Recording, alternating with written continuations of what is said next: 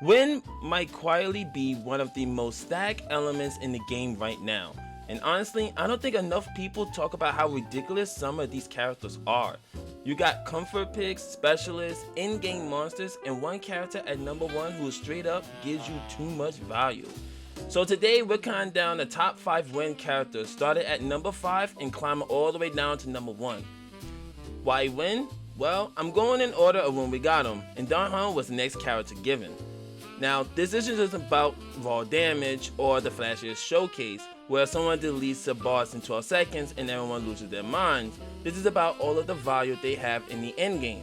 Who actually gives you the most play, and who actually feels worthy in using. Who brings the most special, and who rises above everybody else when the pressure is on. At number 5, we got Bronya. Now, she has been one of the most recognizable power supports in the entire game for as long as the game has been going. But hear me out, Bronya being number 5 is not really an insult. That's honestly a compliment to how powerful the competition has become. Bronya is still doing what she does best, and what she does best is advance an ally forward, boosts their damage, and she cleanses debuffs, and lets your carry feel like they're suddenly operating on a whole different timeline against your enemy. This is a kind of turn control that just don't stop being useful. When a support can take your main damage dealer and basically says, okay, go again, but angrier, that's when it always matters. But what makes Bronya actually stand out is how universal she is. She literally could be on so many teams because her value is simple and powerful. You got yourself a damage dealer that loves to act again? She's the one you go to. You got a run that going to be ruined if you have a nasty debuff? She can help you that out too. She feels like one of those units that can make a team go from functional to, oh, this is just amazing. But why is she at number 5 instead of much higher? Sunday. Sunday is the reason why. Sunday took her whole flow word for word, bar for bar. I mean, look, she's still great, she's amazing, but she isn't no longer the automatic, well, obviously she's going to be at number 1 because she's amazing because there's too many people in that field now. The support role has basically evolved, and they do more pressure, they do more role compression, and they basically help with the dominance in the game. But who she's best for? She's awesome for characters who just need somebody to help her carry. Not to mention, she's a free to play as well, so that makes her one of the best, which is why I place her at number 5. At number 4, we got Sayidra. Sayidra is one of those characters where the second you understand what she's trying to do, you understand why people got excited for her when she came out. She's not generic support energy. She's a character built to turbocharging the right kind of teammate and just push very specific team structures into overdrive. And when she works, she does not feel subtle about it. Now, what makes Sayidra stand out is how she supports repeat skill users and turns that into a real offense engine. She doesn't just buff in a vague all-purpose way, she has a more poignant identity, if you will, and that identity gives her teams a distinct feel. When you put her in the right damage dealer, like let's say Fanyan, it's less likely she's going to be politely helping and more like she's opening the floodgates and saying go, go, go. And that's why players who like aggressive playing love her, because she's not one of those characters you could just plop in and just expect her to do everything. She has a plan, and with that, once she starts it, it becomes nasty. But that same strength is exactly why she starts on number 4. It's not as broadly comfortable as everyone else. She needs better context. She needs the right teammate, the right situation. If you got that, she's amazing. If you don't, she can feel more conditional than a support this high on the list might actually suggest. So for the right person, she's a dream. If you're building around her and leaning towards what makes them tick, she's a hell of a lot of fun. She fits players who loves that offense support, with a character with a stronger identity and team that feels engineered instead of improvised. She's the kind of character that rewards intention, which is why she feels right at number 4. She's powerful, stylish, and clearly dangerous, but the top 3 has a little bit more reach, they have more consistent across all of these situations, and a little bit more, you just can't ignore this.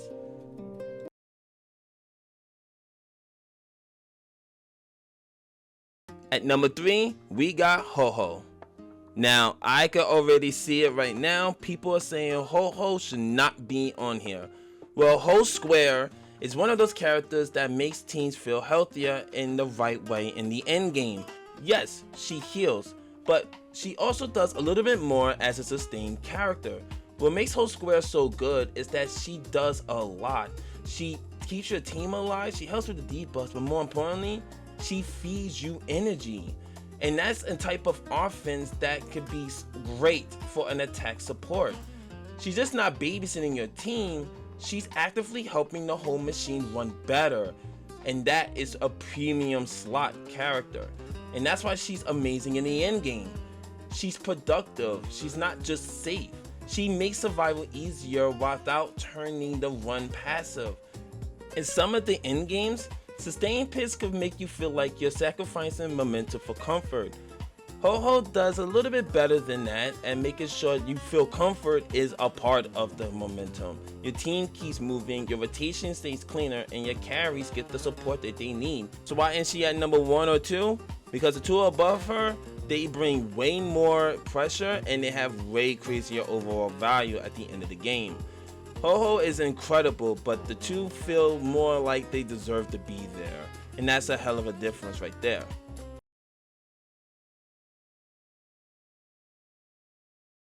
At number 2, we got Anexa. Anexa is the kind of character who screams endgame. The moment you look at what he does, you can easily see why he is this high. He's not just another damage dealer. He has a kit that interacts with the weakness in a way that makes him feel flexible and give real pressure and presence in the very difficult content. What makes him special is that he doesn't want to be boxed in. He could force progression, create openings, and keep the pressure on enemies in a way that makes him feel smarter than basically press the damage button and hope for the big number. There's a layer of quality to him.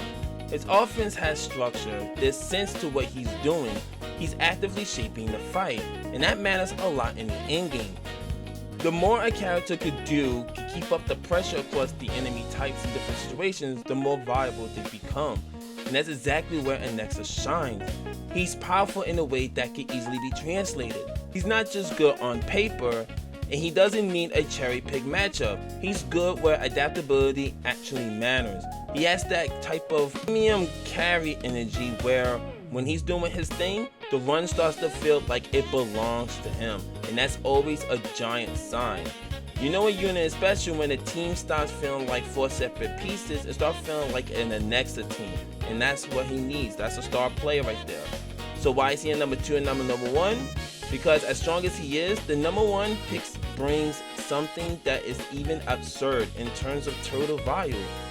Don't get me wrong, Anexa is amazing. He's definitely one of the best characters in the game, and for some players, he's even more exciting than everybody else. But number 1 has that kind of all-around dominance that's just too amazing to ignore. Anexa is best for players who wants a high-impact carry with real in-game presence and a kit that feels active and dangerous. At number 1 is an obvious pick. It's Hyacinth. Hyacinth is here because she does way too much. She does healing, she does team support, extra pressure, and she has a type of sustain that doesn't just stop the party, it actually contributes to making the whole run wins. She is terrifyingly good. The real reason Hyacinth stands above everybody else is because she is complete. She raises the team's survivability and boosts the groups through her max AP interaction and adds an offense presence with her summon. When you use her, you're not getting a character who solves this one problem, you're getting a character who basically patches up the problems you may have on your team while also keeping up the pressure. And that's why she's amazing in the endgame. She's not just a safety net. She also stabilizes your run and gives you forward momentum, which is exactly what the strongest characters in the game wants. The best unit don't just prevent losses, they actively create wins, and Hyacinth absolutely fits that description. And the thing I really love about her is that it was earned in a very good way. She isn't nostalgia, she isn't number 1 because of legacy, she's number 1 because her value is huge, current, and it's hard to argue when you go against everyone else around her. Now, to be fair, if you're one of those kind of players who only care about the flashy direct carries, Hyacinth might not be number one in your idea, but she's a number one because she is the loudest, and that's actually scary. Hyacinth is perfect for everybody. If you're losing a lot of games because you just keep dying because your sustain is not working, Hyacinth will definitely make you win, and in a very large margin, and that is the reason why she is number one. So that's my list for the top win characters in Honkai Star Rail, and honestly, that's a pretty wild top 5. You definitely got some of the old school, and you also got some new school into it, and a lot of them is considered the premium sustain. Now, one of the things that I didn't add was I should have added Fei Xiao, or at least somewhere around, and Saber is probably number 6. She's not as good as she should be, but she should be at least somewhere near. Again, I chose these characters based off of the in-game content rather than the overall content. So I know that there's some characters who should have been here. So now I want to know what you think. Do you think Hyacinth should have been here, or you think I should have just taken Ho-Ho off and added Fei Xiao? Drop your list in the comments and tell me who got robbed and tell me who's not here.